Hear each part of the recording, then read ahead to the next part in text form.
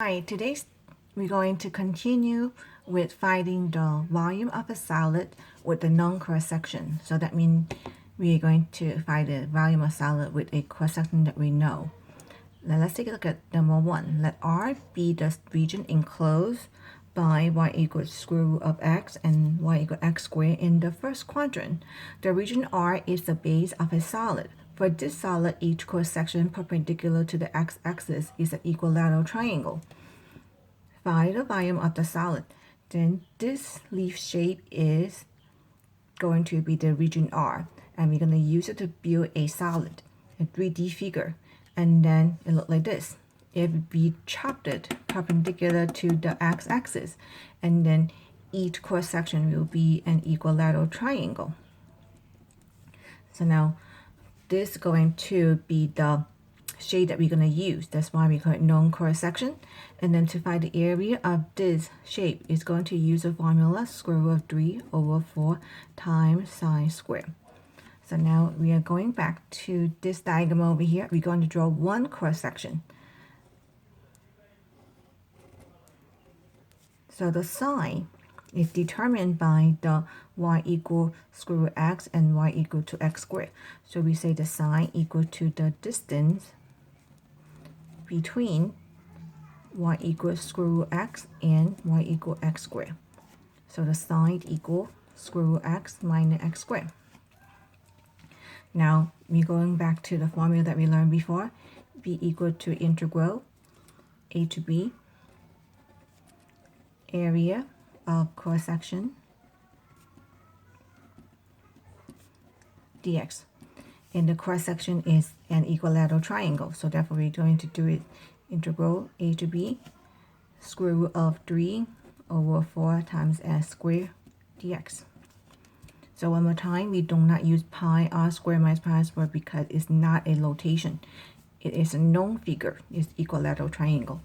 So now a is 0, b is 1. So we do integral 0 to 1 square root of 3 over 4 and times s squared. S is square root of x minus x squared, holding square dx. So I'm going to let my y1 equal to square root x minus x squared. So this way when I type in, then you're going to do integral 0 to 1 square root 3 over 4 y1 squared dx.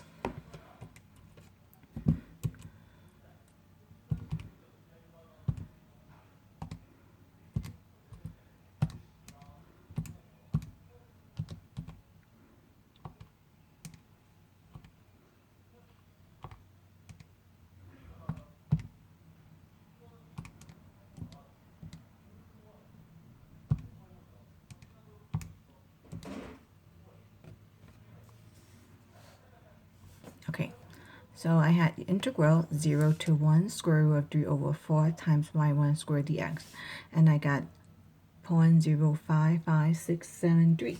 So I'm going to write down the answer.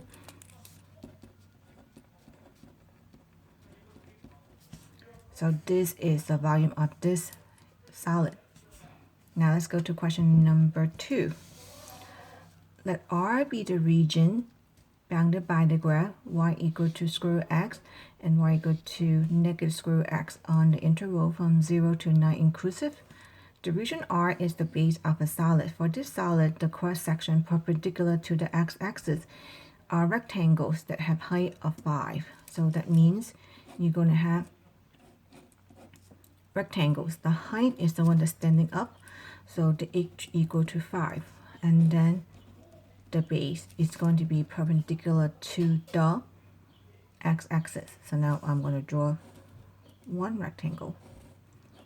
So the height is still 5, and the base is the one that keeps changing.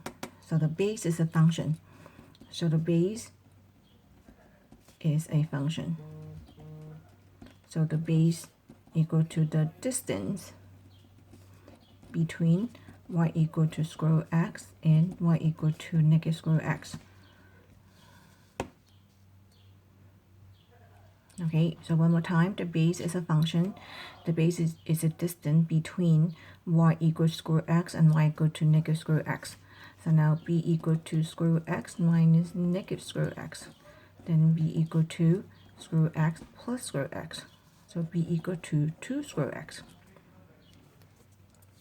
So now we have the area of the cross section will be 2 square root x times 5.